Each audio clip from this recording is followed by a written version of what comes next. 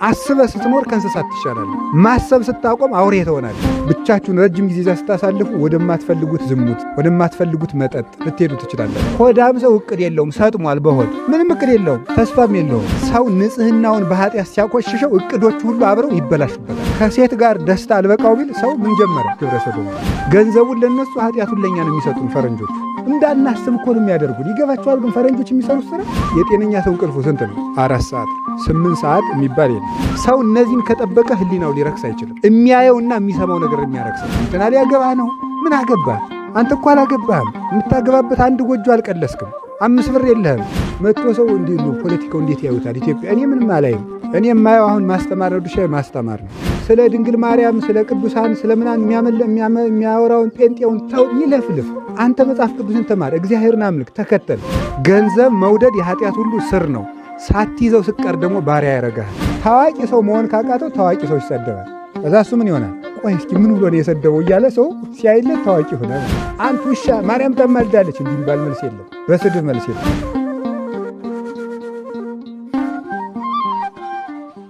ክርስቲያን ማለት እግዚአብሔር ሁኔታዎችን እንዲለውጥለት የሚፈልግ ሳይሆን ሁኔታዎችን ወደ ራሱ እያመጣ የሚኖር ማለት ነው። ያገኘኸውን ነገር እድል አድርገህ ምን ታደርግበታለህ? ትጠቀምበታለህ ማለት። ያገኘኸውን ነገር የገጠመህን የህይወት መስመር ክርስቶስን ለማምለክ ክርስቶስን ለመከተል ተጠቀምበት። ያገኘሃትን መንገድ ማለት ነው። አይ እንዲህ ሲሆንልኝ እንትንላለሁ፣ ከእንደዚህ አይነት ሁኔታ ስወጣ እንዲህ አደርጋለሁ የሚባል ክርስትና የለም። የነገ ክርስትናም የለም። የዛሬ ክርስትና ነው ያለው። የመዳን ቀን ዛሬ ነው። ከዛሬም መቼ ነው? አሁን ነው። ስለዚህ እኔ ከዛሬ ጀምሮ የምተንግራችሁ ጊዜያችሁን በአግባቡ እንድትጠቀሙ፣ ሳትጸልዩ እንዳትኖሩ፣ ራሳችሁን በኃጢአት እንዳትሸነግሉ። ሰው ብቸኝነቱን የሚረሳው በምንድን ነው? በኃጢአት ነው። ብቻችሁን ረጅም ጊዜ ስታሳልፉ ወደማትፈልጉት ዝሙት፣ ወደማትፈልጉት መጠጥ ልትሄዱ ትችላላችሁ። ብቸኝነታችሁን በክርስቶስ አጽናኑት እንጂ በኃጢአት አታጽናኑት። በርኩሰት የሚጽናና ኃጢአት የሚያዳክም መጽናኛ ነው። ኃጢአት መልስ ሰጥቶ አያውቅም። ኃጢአት ሌላ ኃጢአት ማድረግ ይፈልግ። አንዳንድ ጊዜ ሰይጣን ከኃጢአት ወደ ኃጢአት የሚመራ ምን እያለ ይመስላችኋል? የዛሬ ላርግና ድግም አይደግመኝም። ከዛ ደግሞ ያ ደግሞ ምን ያደርጋል? ትዝታ ይጥልብሃል። ሪኮሊንግ ይጥልና ደግሞ መልሶ የዛሬ ላርግና አይደግመኝም። ኃጢአት መልስ ሆኖ አያውቅም የሚባለው ለዚህ ነው። ኃጢአት መልስ ሆኖ አያውቅም። መልስ የሚሆነው ንጽህና ነው። እና ንጽህናችሁን ጠብቁ። በነገራችሁ ላይ መርከብ በብዙ መንገድ ነው የተተረጎመው። መርከብ ንጽህና በመርከብ ነው የሚተረጎመው። ለምሳሌ መርከቡ ቢሰበር ጓዙ ምን ይላል? ይሰጥማል። የተጫነው ሰው ሁሉ ይሰጥማል። እና ንጽህና መርከብ ነው ይባላል። ንጽህና ምንድን ነው? መርከብ ነው። ንጽህና መርከብ ከሆነ ሰዎቹ ደግሞ ጓዙን ደግሞ እንደ ሌሎች እቅዶች ውሰዱት። በሕይወታችን እንደምናቅዳቸው እቅዶች ውሰዱት። ይኸውላችሁ መርከቡ ሲሰበር በመርከቡ ላይ የተጫኑት ሁሉ እንደሚሰጥሙ ሰው ንጽህናውን በኃጢአት ሲያቆሽሸው እቅዶቹ ሁሉ አብረው ይበላሹበታል። ተስፋው ሁሉ ይበላሻል። ሌላው ቀርቶ ልጸልይ ቢል እንዲሁነ ስትጸልይ ልጸልይ አታፍርም እንዴ ይለዋል ማለት ነው። ስለዚህ መርከቡ ጥንቃቄ ሊጠበቅ ይገባል ማለት ነው። ንጽህናችሁን በደንብ አድርጉ። የጆሮ ንጽህና አለ። በጆሮአችሁ ርኩሰት ላለመስማት፣ በዓይናችሁ ርኩስ ነገር ለማየት የዓይን ንጽህና። የሰው የህይወት በሮቹ የሚባሉት እነዚህ 5ቱ ናቸው። በእነዚህ በ5ቱ ህዋሳት የሚገቡት ነው ህሊናውን ማርከስ የሚጀምረው። ሰው እነዚህን ከጠበቀ ህሊናው ሊረክስ አይችልም። የሚያየውና የሚሰማው ነገር የሚያረክሰው እና የረከሰ ነገር ላለማየት መርከባችሁን ጠብቁ። ከዛ ሌላው እንዳይበላሽባችሁ። እቅዳችሁ ይበላሻል፣ ተስፋችሁ ይበላሻል፣ ስራችሁ ይበላሻል፣ ገንዘባችሁ ይባክናል። ሁሉ ነገር የሚበላቸው መርከቡ ሲሰበር ነው። ሌላው መርከብ በሆድ ይመሰላል። እስቲ ሆድ በሉ። መርከብ እንግዲህ አንድ መርከብ ስንት ቶን እንደሚጭን 100 ቶን መጫን ያለበት መርከብ 200 ቢጭን ምን ይሆናል? አቤት ሆድ መርከብ ነው። ያለ መጠን ስንጨንበት ምን ይሆናል? ይሰጥማል።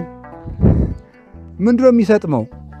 ሆዳም ሰው እቅድ የለውም፣ ሰጥሟል። በሆድ ምንም እቅድ የለውም፣ ተስፋም የለውም። እንደዚሁ ነው ቤተክርስቲያን፣ እንደዚሁና ሰው እየሞተ ነው፣ እንደዚህ ችግር ደርሶ ወስዱት ያው ነው ምን ታደርጋለህ እያለ መብላት አይዞርለትም ሁሉ ማለት ነው።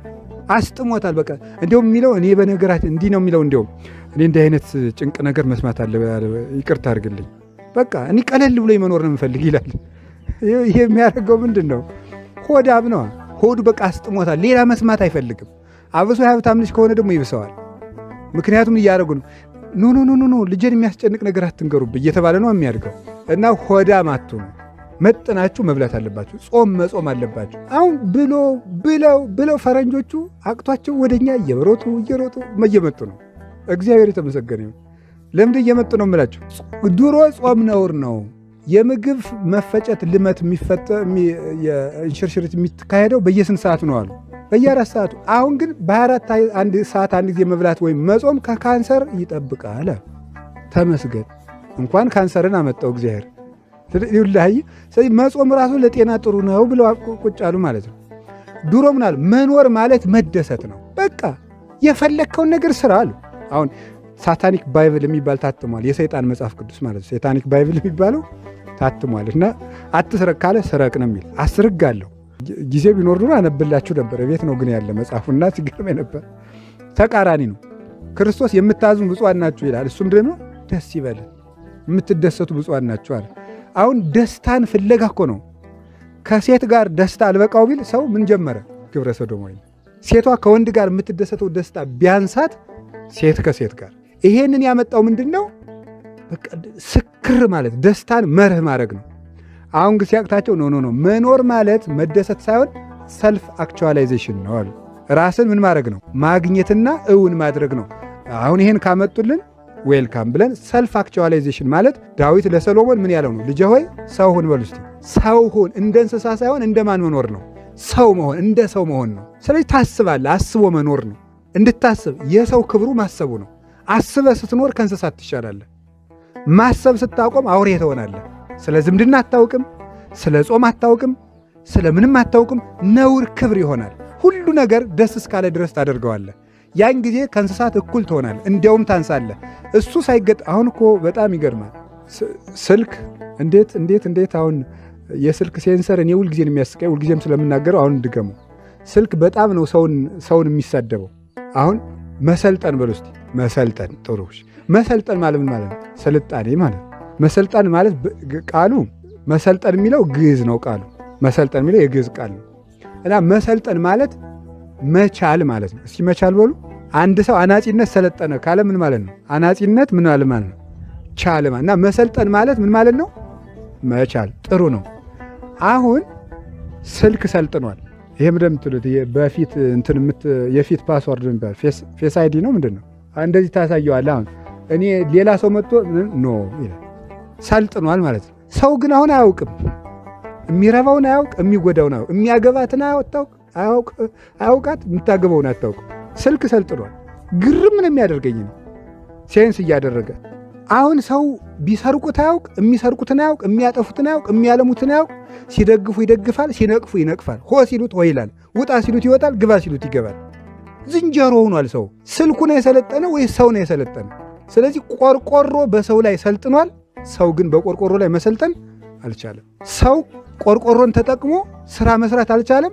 ቆርቆሮ ሰልጥኖ ግን በሰው ላይ ስራ እየሰራብን ነው። የገዛ ስልኩ ሰውን አደንዝዞ አጥፍቶታል አሁን። ስለዚህ አሁን የምነግራችሁ ሆዳም አትሁኑ። ሆድ ስታበዙ እንቅልፋም ትሆናላችሁ፣ ሐሳብ የለሽ ትሆናላችሁ። የተረጋጋ ሰው መሆን አትችሉም። ይኸውላችሁ አንድ በበረሃ የሚኖር አባት ምንድን ነው የሚለው? በደፈረሰ ውሃ ፊትን ማየት አይቻልም ነው የሚለው። ይቻላል አይቻልም? ሆድ አይምሮን ያደፈርሳል ነው የሚለው። አይምሮን ያደፈርሳል። ረጅም ጊዜ ስትበላ አጥርተ ማየት አትችልም። የራስህን ስህተቶች ማስታወስ አትችልም። ትናንትን መገምገም አትችልም። ለነገ ማቀድ አትችልም። አሁን ምን ውስጥ እንዳለ ማወቅ አትችልም። ያደነዝዝሃል፣ አይምሮን ያደፈርሰዋል። እና አትስከሩ፣ አትጠጡ ፈጽሙ። ምን ያደርግላችኋል? መጥናችሁ ኑሩ። እንቅልፍ አትብሉ። እንቅልፍ የሚያበዛ ሰው የጤነኛ ሰው እንቅልፉ ስንት ነው? 4 ሰዓት 8 ሰዓት የሚባል የለም።